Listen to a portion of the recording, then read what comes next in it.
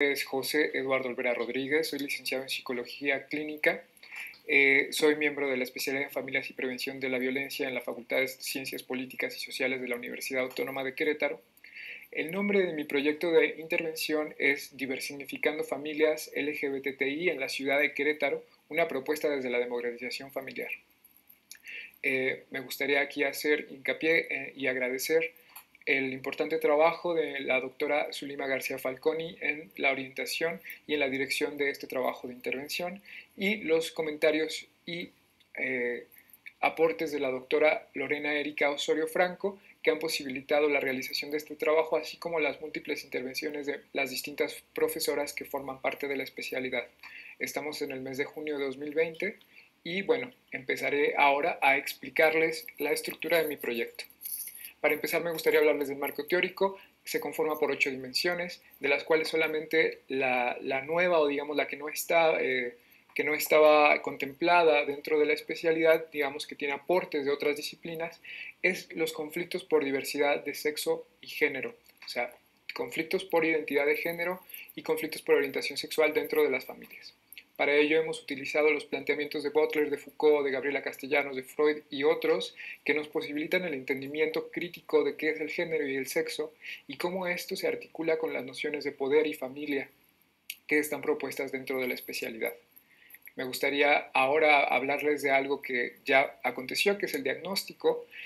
platicarles de la pregunta y el objetivo que se deriva evidentemente de esta pregunta. La pregunta es, ¿cómo son las relaciones de poder, los estereotipos de género y las creencias y prejuicios sobre la orientación sexual e identidad de género en familias con hijos LGBTI en Querétaro? Y el objetivo era identificar cómo eran sus relaciones de poder, la transmisión de los estereotipos, las creencias y prejuicios sobre la identidad de género y la orientación sexual, y bueno, algunas de esas consecuencias en las familias en la ciudad de Querétaro. Después viene la situación macro, me gustaría platicar con ustedes sobre esto. La temática LGBTI tiene pocos años en su estudio estadístico. En México conocemos más de la población de esta población y su existencia por la negativa, es decir, que tenemos estadísticas centradas en los crímenes de odio y discriminación, pero como tal en México no existen suficientes datos sobre el porcentaje de personas que se identifican como LGBTI o disidencias sexuales y de género. El censo de 2020 iba a ser el primer instrumento que iba a recaudar estas preguntas. No sabemos hasta la fecha si se siguió implementando y con qué datos se vaya a contar después. Sin embargo, hemos utilizado otros instrumentos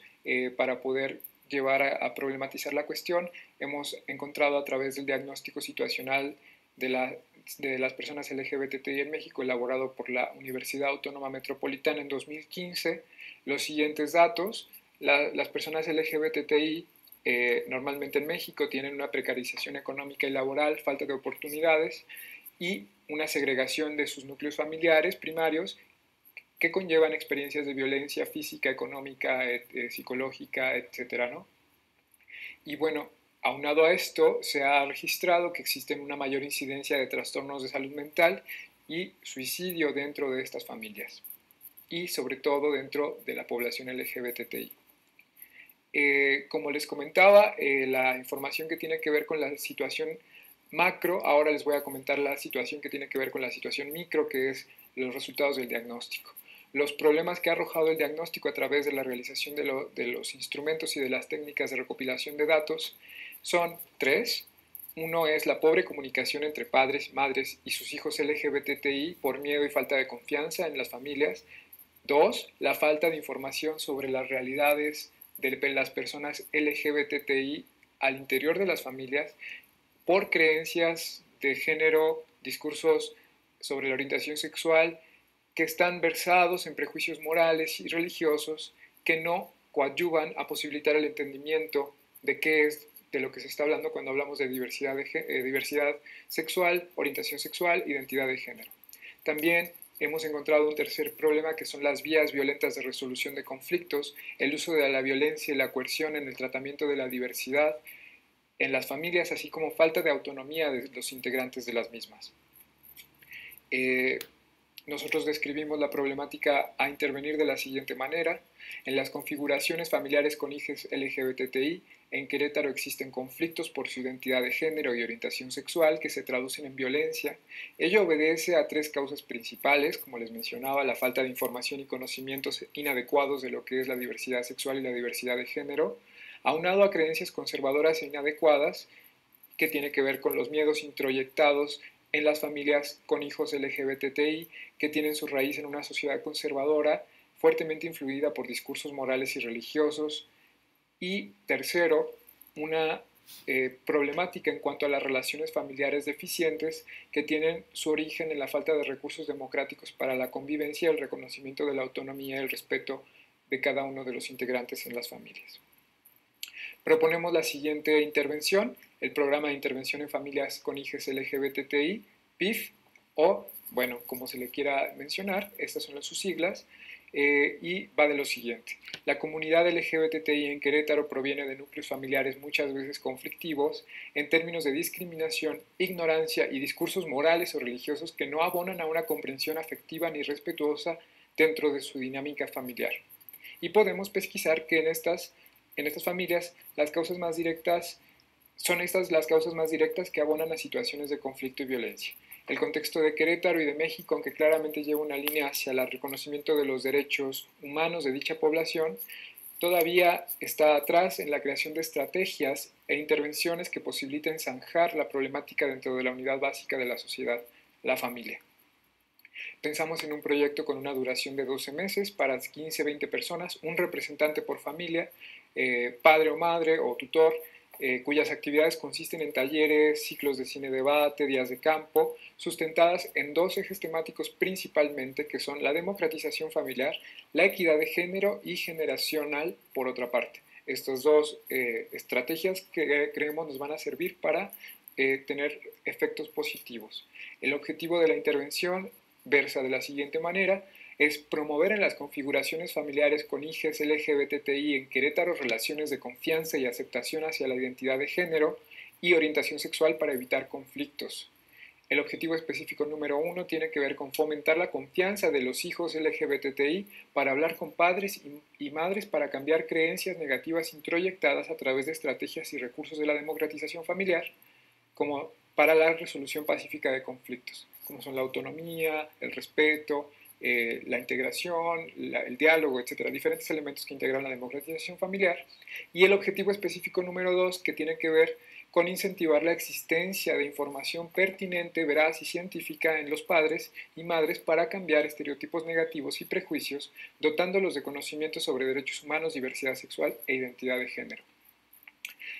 Para realizar el proyecto se parte de una estructura general del proyecto. Está pensado en que las actividades del modelo de intervención se entretejan para tener efectos eficientes y positivos dentro de las familias en poco tiempo. Son 4 etapas. Una es la activación de los talleres de democratización familiar, que comprende consentar las bases del trabajo en familias y pavimentar el camino hacia la implementación de estrategias más elaboradas y complejas sobre identidad de género y orientación sexual. Número 2, el día de campo de cierre de las primeras actividades, que tiene que ver con diseñar un día de campo diseñado con la metodología de la democratización familiar para poner en uso sus elementos, la autonomía, la democracia, la equidad y el respeto. Y después una tercera fase que tiene que ver con los talleres de identidad de género y sexualidad, que comprende la realización de programas enfocados hacia promover conocimientos pertinentes y científicos en familias para poder hacer un uso adecuado y un tratamiento de la diversidad sexual o de género más respetuoso. Y después viene la actividad de cierre de las actividades, que tiene que ver con un día de campo, que tiene que ver con que hijos y padres convivan en un espacio para que puedan poner en marcha los recursos y las estrategias que hemos promovido a lo largo del proyecto de intervención. Les presentamos también aquí un cronograma de actividades que nos sirve más o menos para identificar cuántas actividades se estarán haciendo por mes a lo largo de 12 meses. Obviamente las fechas pueden cambiar dependiendo de cuándo se empiece la implementación, pero también tenemos un mes entero para la planeación logística, la planeación metodológica, para después empezar en febrero directamente con los talleres de la actividad, perdón, de la estrategia y de la etapa 2, Después una actividad en medio, que es la planeación logística y metodológica de la etapa 3, que sería los talleres de identidad de género y orientación sexual. Hemos desarrollado y hemos puesto las actividades de tal manera que no sean tediosas, que se distribuyan y encajen de tal manera que tengan efectos positivos y puedan complementarse entre sí mismas.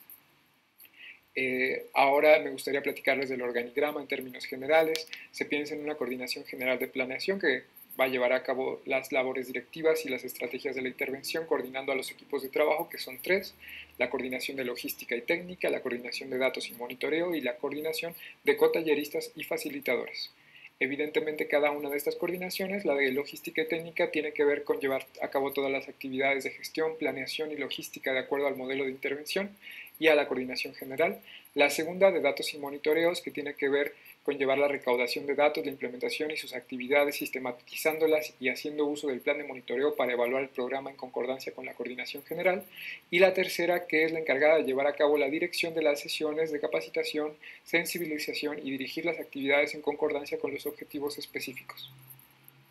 Y bueno, nosotros buscamos con este proyecto tener influencia de la siguiente manera.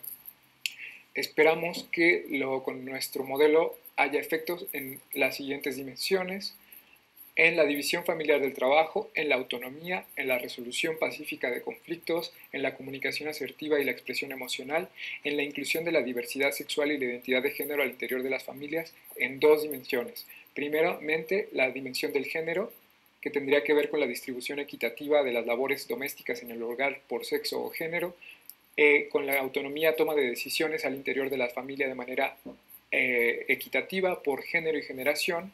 y también la resolución pacífica de conflictos, que todos los conflictos se puedan resolver de manera no violenta y con equidad de género y generación, así como que la familia se comunique de manera asertiva y que exista la posibilidad de expresar emociones independientemente del género o la edad. También tenemos y buscamos uno de los últimos efectos, que es que todos los integrantes de la familia tengan la misma posibilidad de ser incluidos independientemente de su orientación sexual, identidad de género u edad. El plan económico financiero tiene que ver, está pensado, hecho en diferentes dimensiones, considerando los costos de la coordinación general del proyecto, el costo de las diferentes coordinaciones, los salarios y los honorarios de las diferentes sesiones que se llevarán a cabo, así como el diseño del programa de intervención y bueno, los insumos para la realización de todas las actividades. Buscamos un financiamiento de tipo público y esperamos entregar resultados. Posteriormente les voy a platicar cuáles resultados en términos concretos estamos buscando. Pero tenemos que primeramente hablarles de que a través del programa buscamos obtener ciertos efectos en las vidas no solo de las familias intervenidas, sino a nivel comunitario y social y transgeneracional. En términos concretos, esperamos prevenir los efectos negativos de la reproducción sistemática de la violencia dentro de las familias con hijos LGBTI, que prevendrían después los siguientes problemas en las familias participantes: la segregación y violencia por identidad de género o orientación sexual, el surgimiento de problemas de salud mental en hijos, hijas e hijas de la diversidad LGBTI, la prevención del suicidio por el rechazo familiar, la prevención de crímenes de odio, los vacíos en la educación sexual de género, derechos humanos y métodos anticonceptivos, y la desintegración de las familias. Para terminar, me gustaría platicarles, nosotros pensamos entregar los siguientes puntos al finalizarlos. Los productos entregables son los siguientes: la propuesta teórico-metodológica del programa de intervención en familias con hijos LGBTI para 12 meses, el informe de resultados del impacto del PIF, el informe de evaluación de eficacia del programa, las cartas metodológicas de todas las actividades, la sistematización de la información obtenida de la implementación, en la compilación de videos, fotografías y materiales hechos durante las actividades, el archivo de gestión, el informe de estrategias en política pública encaminadas a reducir la violencia contra la población LGBTI en familias, y dos últimas cosas: el informe de erogación y recursos y gastos, y el informe del monitoreo del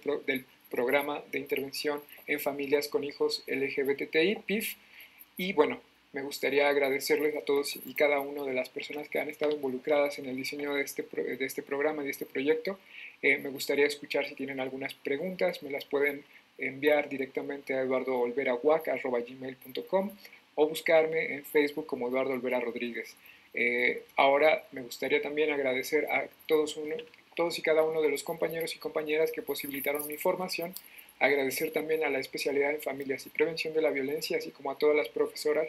que facilitaron mi formación, así como al Consejo Nacional de Ciencia y Tecnología y a la Universidad Autónoma de Querétaro. Muchísimas gracias y espero sus dudas, comentarios y propuestas. Muchas gracias.